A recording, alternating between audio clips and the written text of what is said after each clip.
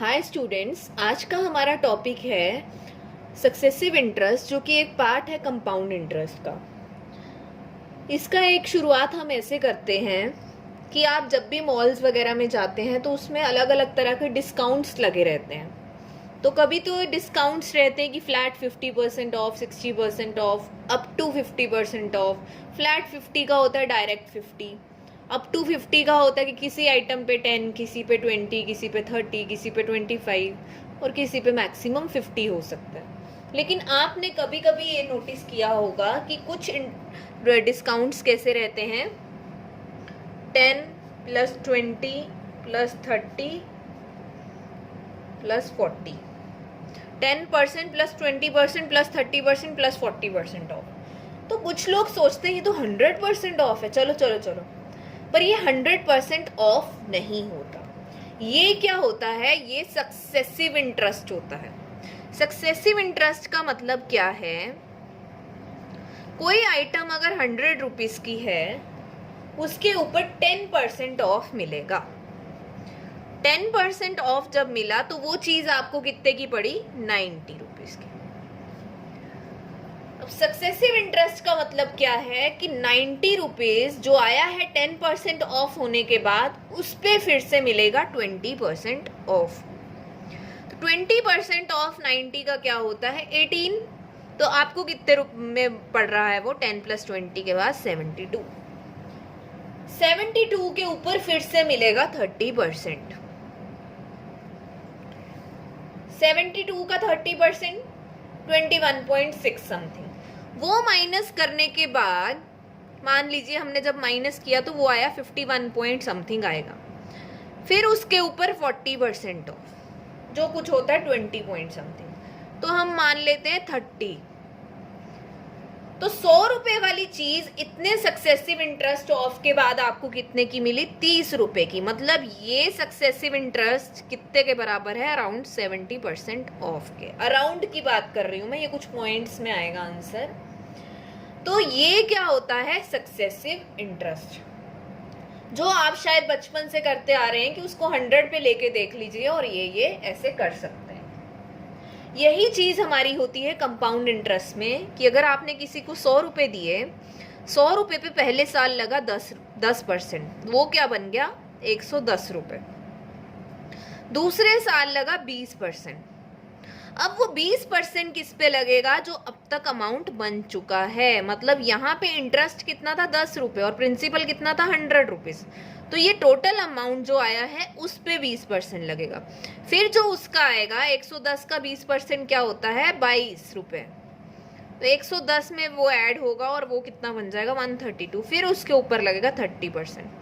मतलब प्रिंसिपल पे तो इंटरेस्ट लग ही रहा है, लेकिन जो अब तक इंटरेस्ट आता जा रहा है उस पे भी इंटरेस्ट लगता है। मतलब इंटरेस्ट किस पे लगता है? जो पिछले प्रिंसिपल पे इंटरेस्ट लगा, उसमें ऐड किया, टोटल अमाउंट जो बना, उस पे इंटरेस्ट लगता है। तो इस चीज को क्या बोलते हैं? Successive interest. और आज हम जो मेथड करेंगे वो इस सक्सेसिव इंटरेस्ट को बहुत ही इजी स्टेप्स में निकालना आपको सिखा देगा। तो आपको करना क्या है, जब हम इसी क्वेश्चन को इस शॉर्ट ट्रिक से करते हैं, तो आपको इन परसेंटेज को फर्स्ट स्टेप क्या है? फ्रैक्शन में कन्वर्ट कर लेना है। तो 10/100 कितना होता है? 1/10। 20/100 कितना होता है? 1/5। 30/100 कितना होता है? 3/10। एंड 40/100 कितना होता है? 2/5। फर्स्ट स्टेप क्या है? फ्रैक्शंस में कन्वर्ट कर लीजिए। तो आपको पता ही होगा फ्रैक्शन में कैसे कन्वर्ट करते हैं। 10% का मतलब होता है 10/100, 100 पे 10। ठीक है, अब उसको फ्रैक्शन में कन्वर्ट कर लिया, तो ये चीज रिप्रेजेंट क्या कर रही है? ये चीज रिप्रेजेंट कर रही है कि अगर कोई चीज 10 रुपए की है, अगर कोई चीज 10 यूनिट की है, तो उस पर डिस्काउंट कितना मिला? 1 यूनिट का। फिर अगर कोई चीज 5 रुपए की है, 5 यूनिट की है, उस पर डिस्काउंट कितना मिला? 1 का। कोई चीज 10 की है तो डिस्काउंट कितना मिला? 3 का। कोई चीज 5 की है तो डिस्काउंट कितना मिला? 2। तो एक्चुअल में अगर आप इसको लॉन्ग प्रोसीजर से करते हैं तो आप यहाँ पे रखते हैं x, दैट इज MRP।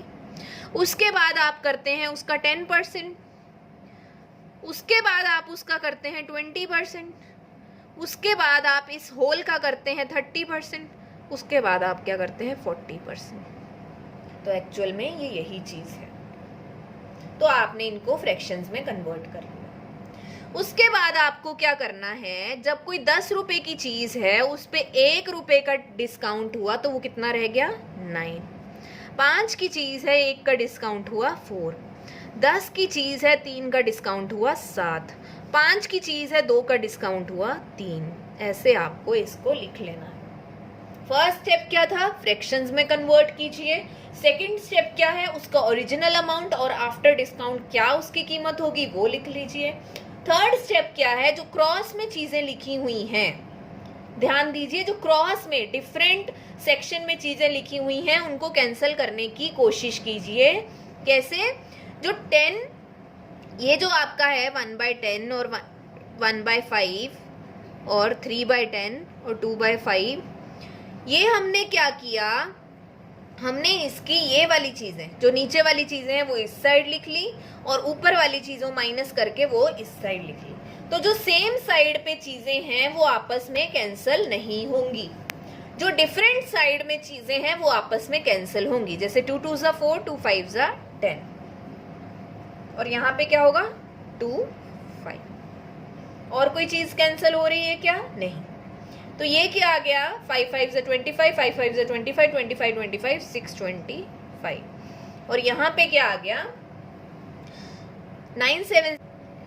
तो अब हमारा जो इस साइड की चीज है ये क्या दर्शाती है, ओरिजिनल अमाउंट, ओरिजिनल प्राइस, और इतने सब डिस्काउंट मिलने के बाद जो अमाउंट आया वो ये दर्शाता है। तो हमें क्या निकालना है कि डिस्काउंट कितना मिला। तो हम क्या करेंगे, हम 625 का जो ओरिजिनल प्राइस है और जो फाइनल प्राइस है उसमें डिस्काउंट निकालना है, तो दोनों को माइनस कर देंगे। माइनस करके हमारा क्या आया 436, और ये डिस्काउंट किस पे मिला, ओरिजिनल अमाउंट पे। इसको कैंसिल कीजिए, इसको जब आप डिवाइड करेंगे तो जब आपने इसको सॉल्व किया तो ये कुछ ऐसा आएगा जो 69.76 आ जाएगा। तो अब हमारा आप ये नोटिस करेंगे कि आप बोल सकते हैं कि जब इसको हमने 100 वाले मेथड से किया था वो तो ज्यादा आसान है, तो फिर इस मेथड को हम क्यों यूज करें। इस मेथड को यूज करना इसलिए ज्यादा आसान है क्योंकि जो आपको परसेंटेज दे रखी होगी वो 100 में से कैलकुलेट करनी इतनी आसान नहीं होगी जितनी हमने यहाँ पे 10 20 30 40 जैसी टर्म्स ली हैं। आपको परसेंटेज किस टाइप की आती है वहां पे। अब नेक्स्ट क्वेश्चन हम देखते हैं कि परसेंटेजेस किस टाइप की आती हैं। 11 1/9%, सेकेंड है 25/2%, 9 1/11%, 10%। तो जब ये हमें फ्रैक्शन में परसेंटेजेस दे रखी होंगी और 100 की हमें निकालनी है तो ये इतनी आसान नहीं होगी। तो फर्स्ट स्टेप क्या है हमारा, इसको फ्रैक्शन में कन्वर्ट कर लीजिए। ये है 100/9, तो वो क्या रह गया 1/9, और ये क्या रह गया 1/8, और ये क्या रह गया 1/11, और ये क्या रह गया 1/10। सेकेंड स्टेप क्या था, 9 में से 1 का डिस्काउंट हुआ तो वो क्या रह गया 8, 8 में से 1 का डिस्काउंट हुआ वो क्या रह गया 7, 11 में से 1 का डिस्काउंट हुआ वो क्या रह गया 10, और 10 में से 1 का डिस्काउंट हुआ वो क्या हो गया 9। आपस में जो भी कैंसिल हो रहे हैं डिफरेंट उसमें ऑपोजिट उसमें उसको लिख लीजिए। तो फाइनल क्या है 11 और 7, मतलब कोई ओरिजिनल प्राइस था 11 का और उसका इतने डिस्काउंट्स के बाद प्राइस क्या बना 7। तो डिस्काउंट कितने का हुआ 4 का, और किस पे डिस्काउंट हुआ एमआरपी पे जो क्या थी 11, और हमारा आ गया 400/11 दैट इज 36%। आपको हर क्वेश्चन ऐसा करना है, और ये कौन से क्वेश्चन है जब आपको सक्सेसिव इंटरेस्ट किसी चीज पे लग रहा हो। ये तो कौन सा था जब किसी चीज पे डिस्काउंट मिल रहा है। और ऐसे ही अगर आपको कोई बोले कि इतना अमाउंट मैंने किसी को लेंड किया उसके बाद हर साल इतना इंटरेस्ट लग रहा है, तो यहाँ पे प्लस करके लिखेंगे या माइनस करके लिखेंगे? प्लस करके। अगर 1/9 है तो 9 बना 10। समझ आ रहा है आपको ये? यहाँ पे 9 पे 1 का डिस्काउंट था, यहाँ पे 9 पे 1 का इंटरेस्ट लग के हम किसी से ब्याज ले रहे हैं। तो 1/8 का मतलब 8 बन गया 9, और 1/11 का मतलब 11 बन गया 12, और 1/10 का मतलब 10 बन गया 11। तो इसको कैसे कैंसिल कर देंगे? 11 and 11, then 10 and 10, then 9 and 9, so 8/12। कोई अमाउंट आपने किसी को लेंड किया था 8, और वापस लेते हुए उससे कितने लेने हैं? 12। तो ये क्या हो गया? कितना इंटरेस्ट पे कर रहे हैं? 4। 12 - 8 4, और किस पे कर रहे हैं? 8 पे। तो ये क्या हो गया? 50%। मेरे ख्याल से ये ट्रिक आपको बहुत ही आसान लगेगी, क्योंकि आपको रेट ऑफ इंटरेस्ट दे रखे होंगे, टाइम दे रखा होगा, और शायद हो सकता है कि प्रिंसिपल भी ना दिया हो। तो आपको बस क्या करना है, ये जो परसेंटेज आई है उसका प्रिंसिपल निकाल लेना है। आई थिंक ये आपको बहुत इजी लग रहा होगा। तो हम एक और क्वेश्चन करके देख लेते हैं, जिसमें क्या है, हमारा प्रिंसिपल दे रखा है 8000, टाइम दे रखा है 2 years, एंड रेट दे रखा है 5%। और हमसे पूछा क्या गया है? कुछ भी पूछ सकते हैं इसमें, इंटरेस्ट भी पूछ सकते हैं, कंपाउंड इंटरेस्ट, हम कंपाउंड इंटरेस्ट की बात कर रहे हैं, सिंपल इंटरेस्ट की बात नहीं कर रहे हैं। कंपाउंड इंटरेस्ट भी पूछ सकते हैं, और अमाउंट। तो हमारा ये मेथड क्या बोलता है कि 5% को आप कन्वर्ट कर लीजिए फ्रैक्शन में। फ्रैक्शन आपकी ये आ गई। टाइम 2 साल का है, इसका मतलब 20 रुपए पे जब 1 रुपए का इंटरेस्ट लगा, वो क्या बन गया? 20 का 21। ये भी क्या बन गया? 20 का 21, क्योंकि 2 साल का है। तो कुछ कैंसिल हो नहीं रहा है, तो ये क्या बन गया? 400 and 441। इंटरेस्ट कितना पे किया? दोनों का डिफरेंस, तो वो क्या आ गया? 41। अब हमें इसमें ये दे रखा है कि प्रिंसिपल क्या है? 8000। हमारा प्रिंसिपल यहाँ पे क्या है? 400, और प्रिंसिपल प्लस इंटरेस्ट कितना है? ये। तो अगर 400 रिप्रेजेंट कर रहा है 8000 को, तो इसकी 1 यूनिट क्या रिप्रेजेंट करेगी? 8000/400, जो कि हमारा आया 20। इन क्वेश्चंस में हमको क्या करना है, हमने रेट ऑफ इंटरेस्ट के बेसिस पे इनको इस फॉर्म में लिखा, और मैंने ये बताया था कि ये चीज दर्शाती है ओरिजिनल अमाउंट को, और ये चीज दर्शाती है फाइनल अमाउंट को। तो यहाँ पे हमारा ओरिजिनल अमाउंट यानी कि प्रिंसिपल आ रहा है 400, पर प्रिंसिपल क्या गिवन है? 8000। तो हमें उसको इक्वेट करना है कि 400 इंप्लीमेंट्स 8000, तो 1 यूनिट क्या रिप्रेजेंट करेगी? 8000/400, 20।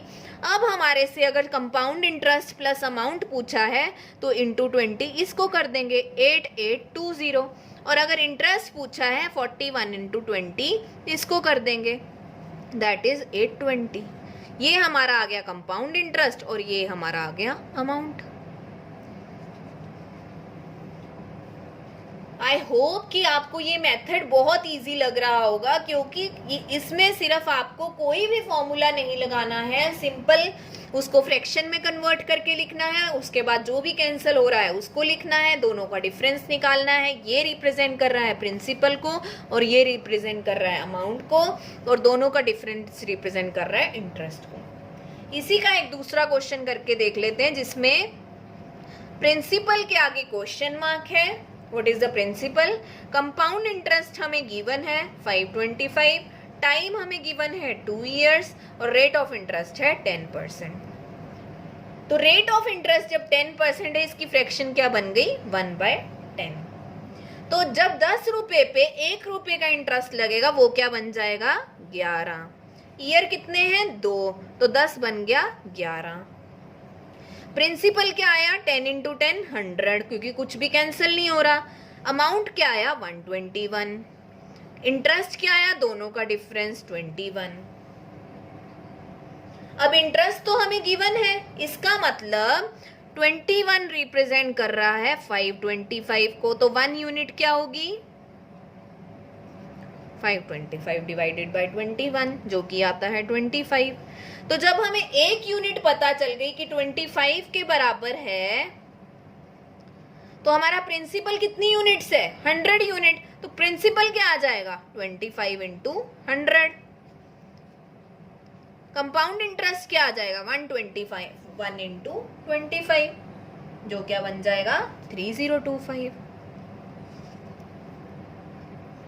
इन क्वेश्चंस में आपको ये ट्रिक याद रखनी है कि जो लेफ्ट हैंड साइड में हमारा आता है वो होता है प्रिंसिपल, जो राइट हैंड साइड में हमारा सब कुछ मल्टीप्लाई करके आता है वो होता है अमाउंट, दोनों का डिफरेंस होता है इंटरेस्ट।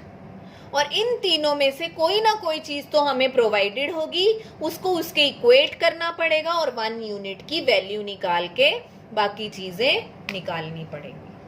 तो जो भी इस तरह के क्वेश्चंस होते हैं जहां पे हमें सीधे सीधे तौर पे टाइम में ईयर्स दे रखे हो, रेट ऑफ इंटरेस्ट गिवन हो और इन तीनों में से प्रिंसिपल, कंपाउंड इंटरेस्ट, अमाउंट में से कुछ भी पूछा हो, तो इस शॉर्ट ट्रिक को हम लगा सकते हैं। नेक्स्ट वीडियो में हम इन्हीं क्वेश्चंस का कुछ वो देखेंगे कि जब कुछ ट्रिकी क्वेश्चंस आते हैं कि सिंपल इंटरेस्ट और कंपाउंड इंटरेस्ट का डिफरेंस दे रखा है या टाइम जो है हमें 1 ईयर 73 डेज दे रखा है, ऐसे कुछ क्वेश्चंस हम ट्राई करेंगे और उसकी भी मैं ट्रिक बताऊंगी। So thank you.